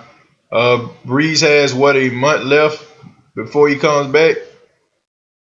Somebody said ban Almighty One. Nah, man, don't ban him. I just look. I believe in karma, man. You should never wish injury on anybody. Okay, I'm just saying that just a word for the wise. And it looks like he's a Rams fan, but hey, man, I'm just telling you, man. Karma has a way of catching up with you. So I wouldn't want to wish bad or say somebody, injure somebody. I mean, I don't think that. Love the win. Love the way we played. Yeah, me too. The Saints ain't all that. 8-7. Um, 8-7. First off, Dennis, I'm gonna need you to work on your football because it's impossible for a team to go 8-7. Now they can go 8-8. They can go 9-7, but they can't go 8-7. Okay, I mean you're missing a game. So I need you to work on your trash talk, my friend. Work on your trash talk, man, because I mean that was a sorry effort right there. How do you score 3 points in a Super Bowl? Look, man, look, Ram fan, look, y'all lost today. We didn't play y'all. Good luck with y'all. Down the line or whatever. Maybe the Saints will play y'all again. Maybe we'll meet up again in the playoffs. But this is about the Saints tonight, man. This is about the Saints. Like y'all can come out here and troll, man, but I'm not gonna read your comments. All right, I'm not gonna read your comments because this is about the Saints weathering the storm, winning 2 straight games, and playing good defensively. So, Ram fans, we can talk down the line, but this ain't the place to do that, man. I would hope that y'all will respect, the fact that we're just talking about this team, but if you don't, still, I'm not going to read your comments. Saints going all the way. One game at a time. Where all these Cowboy and Falcon fans coming from? I have no idea. Probably, I don't know. I ain't hear nothing about no Cowboy fans. R&B said, we them boys. Saints them boys. Yeah, they are them boys tonight. I find it ironic, though, that the Cowboys linebackers, they refer to themselves as the Hot Boys. And if you're from New Orleans, you know who the Hot Boys is, okay? You know it's Cash Money, Juvenile, Turk, BG, Lil Wayne, you know what I'm saying? Like, they're the Hot Boys. So I find it funny that they're using a New Orleans group and they're referring to themselves as such. But anyway, Saints versus Packers for the NFC Championship. That's my prediction. Would be an interesting one. But I think the Bears are going to be somewhere in there. I think Los Angeles is our new rivals. Los Angeles is in trouble. Los Angeles is definitely not our new rivals. I just think that it just so happened that we've been playing them for the past couple years, but I don't consider them a rival. I don't, I guess that NFC Championship game kind of made them one. And yeah, back in the day, we played in the same division, which it wasn't even close, I'm going to be honest, because the Rams used to destroy the Saints. That's when they had the greatest show on turf. But I wouldn't consider them a rival. Back in the day, I would, but not anymore. Saints versus Chiefs in the Super Bowl. Uh, Tom Brady might have something to say about that. Hmm. Bucks versus Saints in NFC Championship. Big Smokey. That's a good name for you because I'll have to ask you what you've been smoking, okay? But I don't see that, man. I don't see no Bucks and no Saints in no NFC Championship. Cowboys are mad. Cruz defense was hotter. Yeah. Law Nation channel, they're calling for Jason Garrett to step down. Man, they need to stop. One game, and this man got to step down. Come on, man. They've been putting up some big points. I mean, they just played a good football team. The Saints are a good football team. There's no shame. And it's not like they got blew out. That game could have easily been won by them. The Saints just made more plays than them, and the defense stepped up. If the Falcons look this bad with Matt Ryan, how would they look without him? They were talking a lot of trash when Brees got hurt, and they said that we were going to be trash without him. Well, Brandon Reese, that goes to show you the Falcons know absolutely nothing, okay? And yeah, I give Matt Ryan the benefit of the doubt. Yeah, he has another offensive coordinator. I think he had like 3 offensive coordinators in the last 4 years. Kyle Shanahan. Then they had Steve Sarkisian, and then finally you had Dirk Cutter right now. I give him the benefit of the doubt. Yeah, I understand that when you have a different offensive coordinator every single year, it is a possibility that you might regress. But the Falcons, their offense is not the issue. The issue is their defense. The issue is that you put all this money into your offense by paying guys like Matt Ryan and paying guys like Julio. And then you got Devontae Freeman and some of these other guys, these offensive linemen that you signed for other teams. Now it's starting to catch up with you. And now if you're not batting 1,000 in the draft, getting guys that are quality guys, getting guys that can work on that rookie contract and be beneficial to your team, is going to bite you in the butt. And that's what's wrong with them because you got so much money on the offensive side of the ball and not spending not enough on the defensive side of the ball. And that's their problem because Matt Ryan has a new offensive coordinator, even though Dirk Cutter was there before. You still has to understand his philosophies and understand his tendencies and kind of refresh himself. So the Atlanta Falcons are struggling because their defense isn't good. And as long as they continue to start throwing money at the offensive side of the ball, when Arthur Blank, I understand he wants to fill that stadium. He understands that offense is the one that gets the people in the stadium, but you can get the people in the stadium, but you're not going to win no games if the defense can't make no stops because eventually the offense is not going to be able to take you anywhere. Case in point today against the Tennessee Titans. Most teams would fall apart if they lost their quarterback. But the Saints are showing their mental toughness. Yeah, they're a team. Like I said, when you're playing for your brother, it's something different about that. You can tell they play for each other. They're a family, and you can tell they hang out with each other outside. You can tell that they really genuinely wish each other well. When one makes a play, they understand, like, people probably been dragging them through the coals, and when they see a guy make a play that the fan base been talking about, they rallying around them and stuff like that. When you got a team like that, they hard to beat. They are hard to beat. I think who that is the best chant in the NFL. I agree. Bridgewater is a softy. Don't want to call him softy. I think he just a little bit. I won't call him softy. I just think that he just needs some dog in him. That's it. He just needs some dog in him. Thank God for Alvin Kamara. They say running backs are expendable, but that guy is versatile and slippery like Taysom Hill. Now, I would say he's more slippery than Taysom Hill, King Ebony, but Alvin Kamara is one of the best running backs in the NFL. Man, he really stepped up tonight. Somebody say you must be almighty one. Reggie Bush is too emotional, maybe as a running back assistant. Reggie Bush loved this team, man. Like, he forever tied to this team. He won a Super Bowl with him. And, Reggie Bush, man, he means a lot to the city. Yeah, football is a business. Yeah, he went to go play for the Lions and the Dolphins and the 49ers. Yeah, he played for those guys, but he forever linked with the team, man. The Saints drafted him number 2 overall. We all know how we felt when Reggie Bush became a New Orleans Saint. We understood the highs and the lows. We remember his rookie season, man. It took like forever for him to score his first touchdown. He ran that punt return back, against the Tampa Bay Buccaneers. We know when he brought the baseball bat out in the playoffs, and he basically single-handedly destroyed the Arizona Cardinals by himself. He forever tied with his team, and you can tell like he really loves the New Orleans Saints organization. Probably would have stayed with him, but like I said, football is a business. You got to go out there and you got to make sure that you're providing for your family. And he thought like other teams would give him an opportunity to become that every down back in Miami and also get himself some money. You know what I'm saying, when it comes to the Lions and the 49ers. So I'm not mad at him, man. He's forever linked with this team. And I love Reggie Bush, man. Good, man. He forever a Saints player to me, and he's gonna be in the Ring of Honor. I mean, he's already in the Saints Hall of Fame. He's gonna be up in the rafters. He's gonna be in the Saints Hall of Fame in a couple years. Playing great is at least a touchdown in the red zone. Yeah, they should have scored. Michael Thomas should have been in that game in the second quarter. That play before they kicked that field goal. I don't know why. I don't know why he wasn't in the game. I mean, come on, man.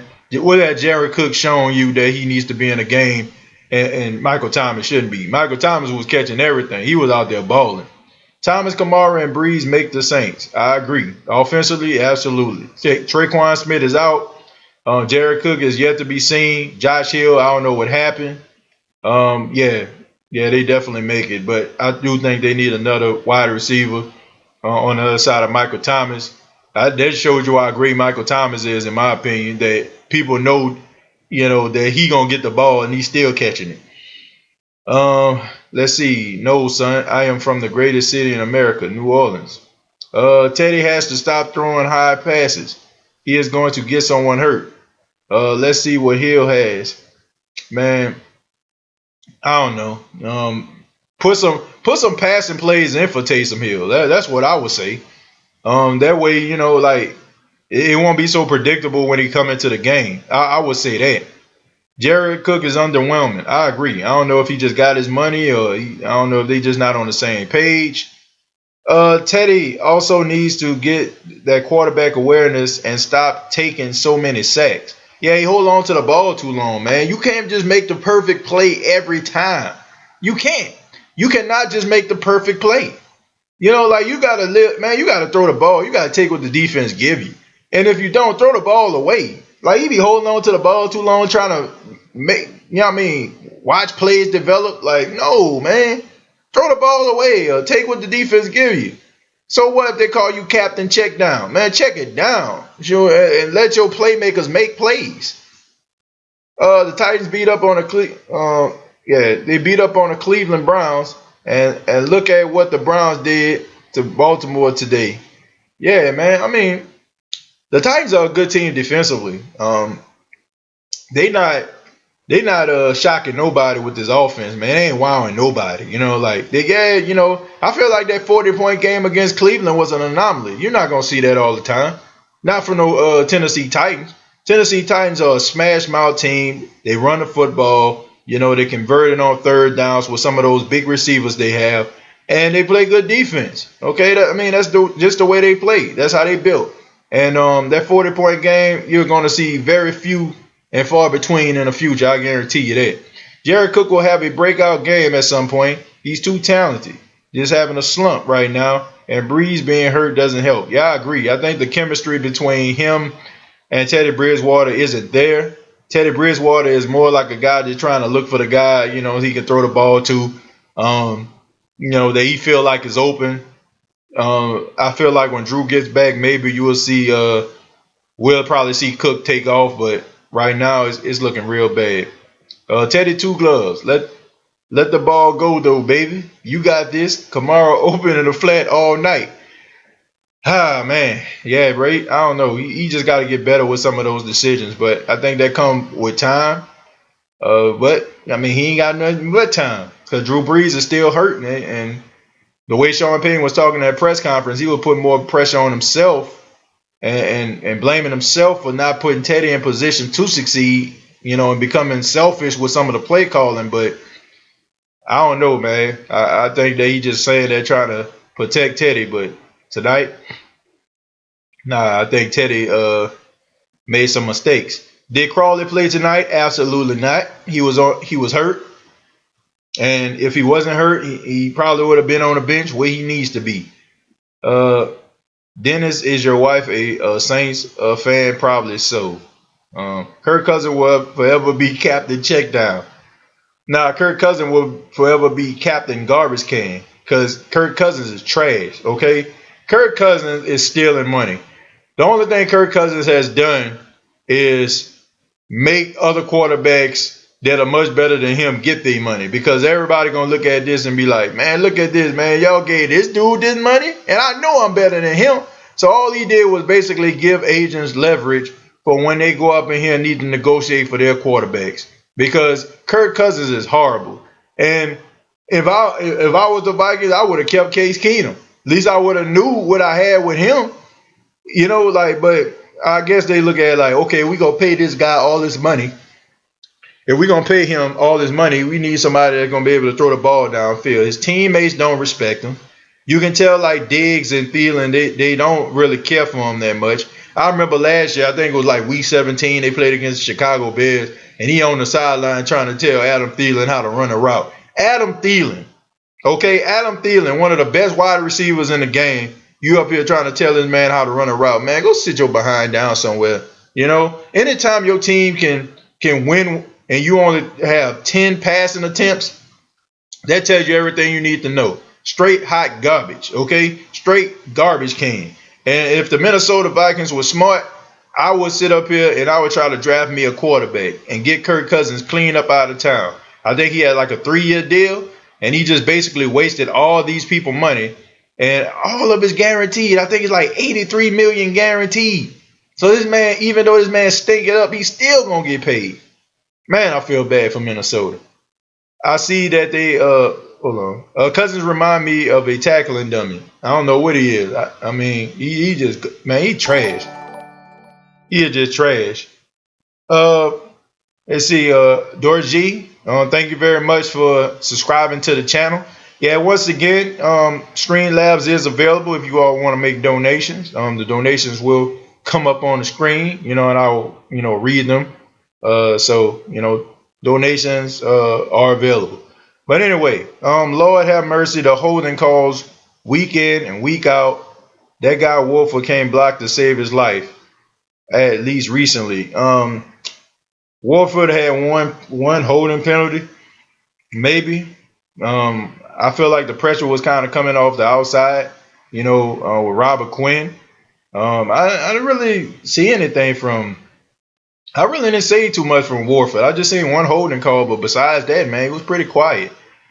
Let's see. If Teddy don't hold on to the ball too long, he can make plays. Yeah, but that's yet to be seen. Yeah, Rankin was there at the end of the game. Yeah, Rankins was there, but Yamato had that crucial sack on Dak Prescott. Teddy ain't it. Definitely ain't it. I said that. I think I said that on Facebook. I posted that. I said that ain't it, bruh. No more excuses. We win in spite of him. Yep. Uh, let's see. Overall, he won the game. Yeah, he's part of the same team, so he won. We made Zeke 1.9 yards per carry, 18 carries, 35 yards. Amari 8 targets, 4 receptions, 39 yards, a non-factor. Pitiful. Who that great defensive win? Yep, they shut them down. They shut them down. Okay. Verlin Casey. Verlin Super Saint Casey. Thank you for subscribing to the channel. Can't hate on the Saints coming from a true Niners fan. Never have, never will.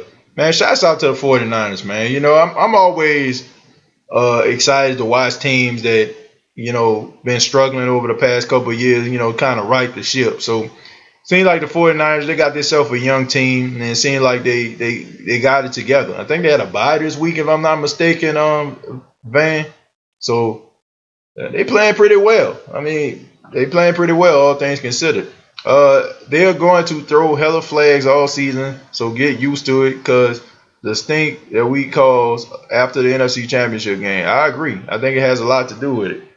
Eli with them clamps. Yeah, we can't talk about Eli Apple. Not least for the not least for the last 2 weeks. We can't talk about it. If people are going to blame the Falcons' struggle on defense, they should start looking at Dan Quinn at some point. He was brought in there to help the defense look like Seattle defense. They did for a couple years. Mitchell 3613. Thank you for subscribing. They did for a couple years, but once again, that's because you had players on your team that was making plays. Okay, you had guys, and then you didn't have to pay guys at this time. So they did have players on the team. They had guys that can make plays, but I mean, eventually, now you have to, when you squander opportunities, that is why it's so important, and that's why, like, when people talk about the NFC Championship game, that game was huge, man, because every year, man, you got to think about it. Like these guys, these young guys, I mean, they're gonna grow in the league, and they're gonna be demanding money. I mean, all these good plays and all these plays these guys making, man, you're gonna have to pay for this down the line. So you better start winning right now. Okay? I mean, you gotta look at it like the Philadelphia Eagles. The Philadelphia Eagles, man, they went to Vegas, put it all on black. And they put it all out there. And they made a run at it, and they got a Super Bowl championship in the process.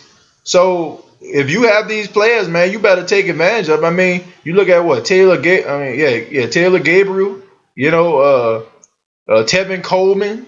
I mean, you look at guys like that. Thing Alford, he's no longer there. I mean, you gotta look at some of these players, man. Like eventually you're gonna have to pay these guys, and if you have enough players on your team that are really good, you're not gonna be able to pay them all. So you better start winning. I just subscribed. Saints gave the Cowboys a taste of their own medicine. Carlos Lazo, thank you very much for subscribing to the channel. Marshawn played lockdown. I agree, King Arthur. The football gods sacrificed our team missed penalties for the safety of the NFL. Yeah, I think you're right. Dez Bryant sent out a tweet and he said he was disgusted by the officials and believed the refs have it out for the Saints. Yeah, I saw that. Yeah, I think Dez did say that. But what can you do at this point? It's laughable at this point, man. You can't do nothing but laugh. Do you think we should remove the cap? Nope. No, I do not. Because if you remove the cap, then you'll have some of these situations like you have in baseball and in basketball. Dudes will be trying to go to the best team with the best weather and the best opportunities. So, no. And they will be trying to go to the ones with the best, the owner with the most money. If that's the case, the Seattle Seahawks, the Dallas Cowboys, the New York Football Giants, like those teams have been a Super Bowl almost every year, so absolutely not. They should not remove the cap. Just because they got this salary cap, that gives every team an opportunity to become a Super Bowl champion. When you look at basketball, like for example, Golden State was gonna go to the NBA Finals. The Lakers gonna be somewhere in that thing. Brooklyn gonna be in there somewhere. Because you got Kyrie and Kevin Durant. I know this is a football podcast, but I love sports. When you remove the cap, then guys are going to be looking at LA teams, the Chargers, the Rams, Miami Dolphins, New York Giants, the Jets. When you start like removing a cap, then teams in smaller markets like ours will suffer. So no, absolutely not. Probably one of the reasons why the Saints wasn't as successful back in the 80s, man, because there wasn't one, and that's the reason why the Cowboys, in my opinion, won them 3 straight Super Bowls. Who that? Lamar from Colorado Springs, man. What's going on, man? Who that? Let's see. Remove cap, loses loyalty. Yeah. We need a number 2 receiver. What's your take? Yeah, we do need a number 2 receiver. I thought Traquan Smith would be the guy, but Traquan Smith didn't step up even when he wasn't hurt. I think the best play he ever made was the play against the Rams when he ended up hurting himself. I think it was like a 24-yard gain. But Traquan Smith, he hasn't been the answer. The Saints need somebody that can be on the opposite, somebody that can take the top off the defense, somebody that can do some of the things that that Michael Thomas does. I honestly thought, in my opinion, I wish that Brandon Cooks and Michael Thomas could have been on the same team. I feel like if Brandon Cooks would have still been a New Orleans Saint, I think that you probably would have had your number two. Okay, because Michael Thomas would have been number one, Brandon Cooks would have been your number two. But of course, Brandon Cooks played really well, so he got himself a big contract, and you weren't gonna be able to pay both guys. So I think you have to go get somebody out the draft, man. Get one of those guys out of Alabama, one of those guys out of LSU, somebody like that.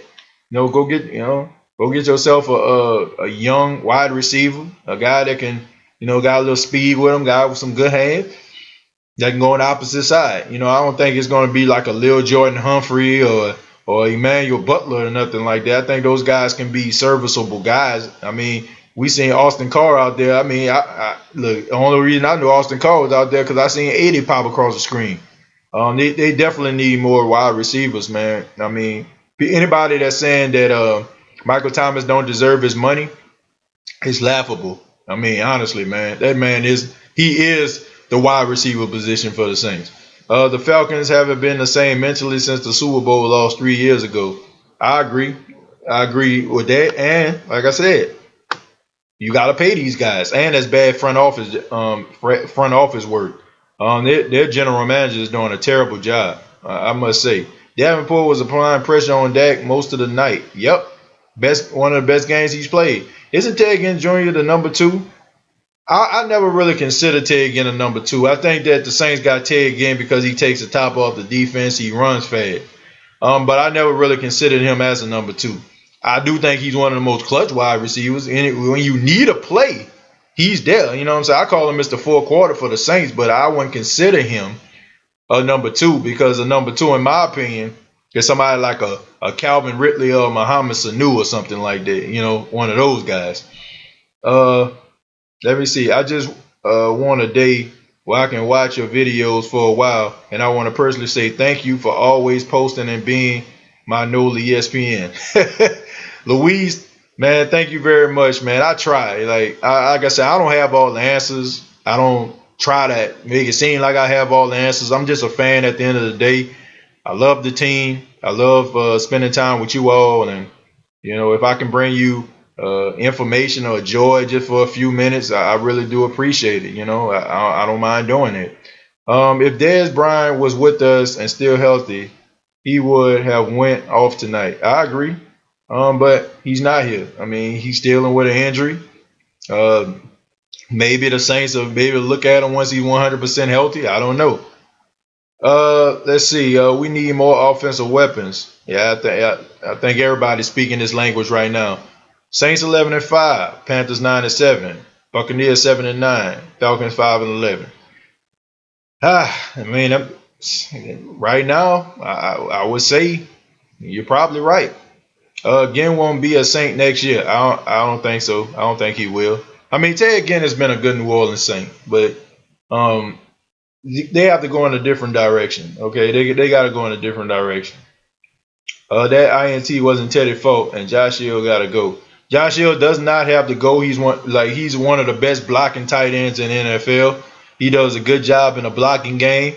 Some of the plays, like that big run that Alvin Kamara made, if you go back and look at it, guess who sprung the block? It was Josh Hill. Okay, pass catching. He dropped one. I mean, you got to make that catch. Absolutely. I mean, it would have made the Saints have first and goal, and it would have took some time off the clock. But anytime, like, just because a guy drop a pass or he miss a blocking assignment, don't mean that we just got to kick him out the door. I mean, you're not going to have perfection every play. Okay, you're not going to have perfection every play. So I'm willing to give them the benefit of the doubt. Josh Hill has been a decent tight end for the New Orleans Saints. I mean, he's been a good tight end. He's been one of the best blocking tight ends. Some of that good running that y'all be seeing, he be springing some of those blocks. So, man, that's what a tight end job is. I know it kind of evolved, but back in the day, man, the tight end job was to block. Okay, and I think that's something that I feel like that's kind of hypocritical a little bit because we used to go in on Jimmy Graham for not being able to block, but Now we have a good blocker, and now that's a problem, but that's the tight end's job. He's not the pass catching tight end. He's not. That's what we got Jared Cook here for. His job is to be a conventional type tight end. Catch the ball every now and then throw some good blocks. And Josh Hill has done that. So absolutely not. And honestly, in my opinion, if he probably didn't get hurt in that NFC Championship game, it probably would have been a different story. Because Sean Payton said in a press conference, he said we had to change some things up when Josh went down. So that ought to tell you everything you need to know right there. If Josh Hill means that much to the Saints offense, that tells you everything. That speaks volumes. If you're changing your whole entire offense and you have to change some of the schemes just because Josh Hill went down, got to give him more credit, man. Jimmy still can't block. Yeah, Jimmy's not going to be a blocker. He's a much better blocker. He's better than he's been like when he was with the Saints, but that's not saying much because he never was that good. This is a new era of tight end. We need more wide receivers like tight ends.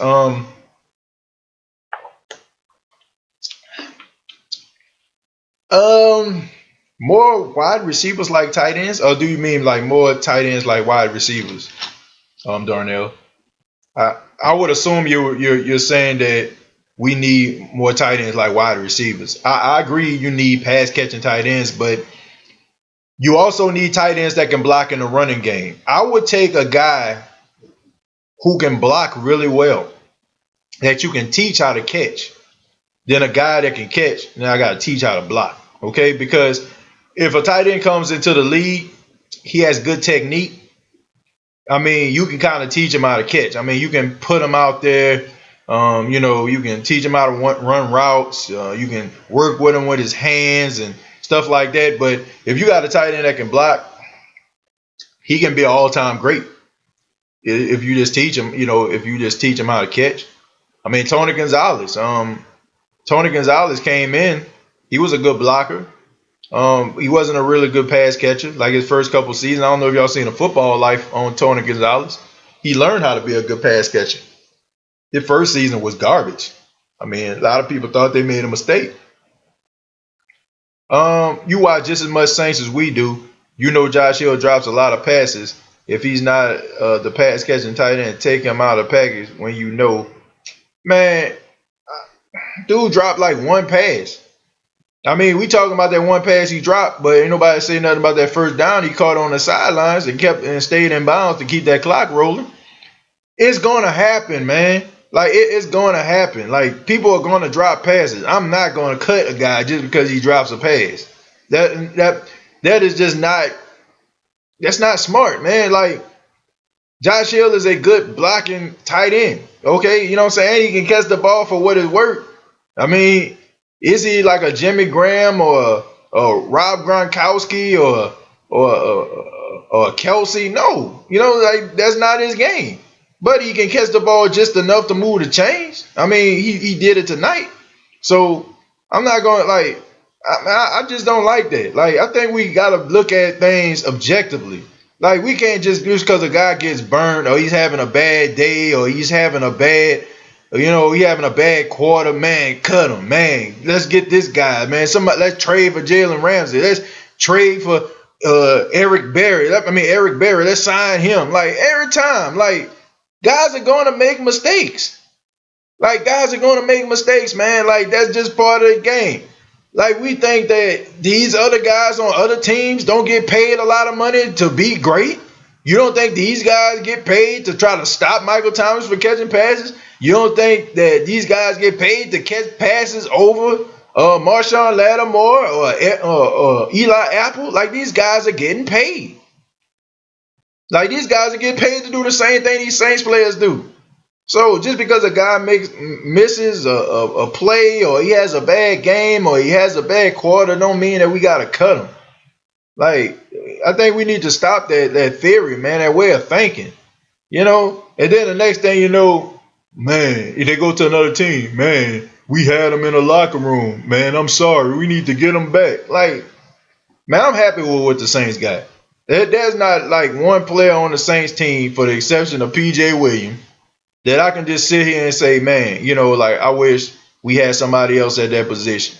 That's because P.J. Williams showed you over the course of time who he is. Okay, like, but if you look at guys like Eli Apple, right? We look at Eli.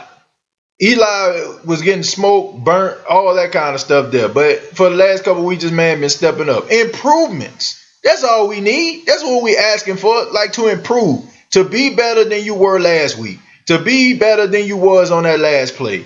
I mean, that's just what it is. We talk about Cam Jordan and how great he is, but did you know that Cam Jordan had less sacks in his first 2 seasons than Marcus Davenport have in his first 2 seasons? But nobody pay attention to that kind of stuff because all we looking at is what the Saints gave up to get Marcus Davenport. You know, like, so I mean, how is it that we've been patient with with Cam Jordan, but we can't be patient with Davenport? How come we can't, you know what I'm saying, be patient with this guy? Because Cam Jordan wasn't always Cam Jordan. Cam Jordan, it took some time. I mean, it took like some tutelage, like from the late great Will Smith, and you know what I'm saying, some of those other guys. So, like, I'm willing to be patient with these guys. Okay, I'm just willing to be patient with them because I mean I just see these guys out here doing their thing. Like I said, for except the PJ Williams, there's not a guy on this team. I just be like, man, let's get him up out of here. Was really glad to see Rankins back tonight. Yeah, me too. Fans are sometimes prisoners of the moment. Yeah, I agree. Some fans are prisoners of the moment. You know, this is just my opinion. Like, I'm just telling you my opinion. There's been several times when I seen people just post different things on Twitter, on Facebook, right after a play just happened. Like right after, cut him. I'm like, and then this dude turn around and make a play. Yeah, now you sitting up there eating crow. So I just say be patient with the guys, man. Like, look at the game objectively. You know, like, take bias out. You know, like take your bias out. I feel like if you are going to look at something, you got to look at it without bias. You know, at all. If you're going to give, like, you're going to look at it objectively, remove bias. Just look at it straight up. Okay, don't just look at it like you want this guy to fail because you want this other guy to come in. Okay, you know, like, don't look at it that way. You know, because if you're looking at it that way, you're not gonna make a good observation. You know, you're not, because you have bias about it. So remember that. But the Mario Davis helped kill the run as well. And he tackled very well on Elliott. Yeah, man, we're lucky to have the Mario Davis, all around leader, great guy, great in run support. You can send him on a blitz.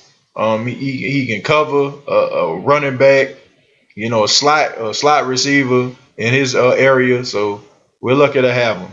Even Klein had some hot plays tonight. Yep, he forced that fumble on old Jason Witten. Yeah, Jason Witten trying to play for a ring, man. I mean, look, Jason Witten, I mean, when he retire, for real retire, he gonna be a Hall of Famer. I miss Mark Ingram. Yeah, I miss Mark Ingram too, but I'm happy for him. Mark Ingram is being the running back that I knew that he could be, you know, and he's doing a great job out there in Baltimore, man. I wish him nothing but success. Stop complaining about the Saints players. They did their best without the GOAT Breeze. Yeah, and they still did it and got a win. It doesn't have to be pretty. Remember that. Yep, I don't care. Like, it can be pretty, ugly. I really don't care. Like, long as they get that win, I'm straight. That's all I gotta say. But this has been the State of the Saints podcast. We got to get up out of here. But I want to say thank you for checking out the video. And if you have not already, please subscribe to the YouTube channel. Go to youtube.com, search The State of the Saints Podcast. Also, you can go to facebook.com, search The State of the Saints Podcast. Previous episodes are available on iTunes, Spotify, iHeartRadio.com. And I just want to say once again, thank you very much for checking out this video. I'm happy that the New Orleans Saints got that win against them Dallas Cowboys. I'm glad that the Atlanta Falcons got beat by them Tennessee Titans. And I'm glad that the Saints are still number one in the NFC South. Who would have thought it? Without Drew Brees, the Saints are still on top of the NFC South. Next game, the Saints will be taking on the Tampa Bay Buccaneers. And of course, I'm going to be live later on this week. And I'm going to be answering questions with the State of the Saints podcast, Saints Q&A.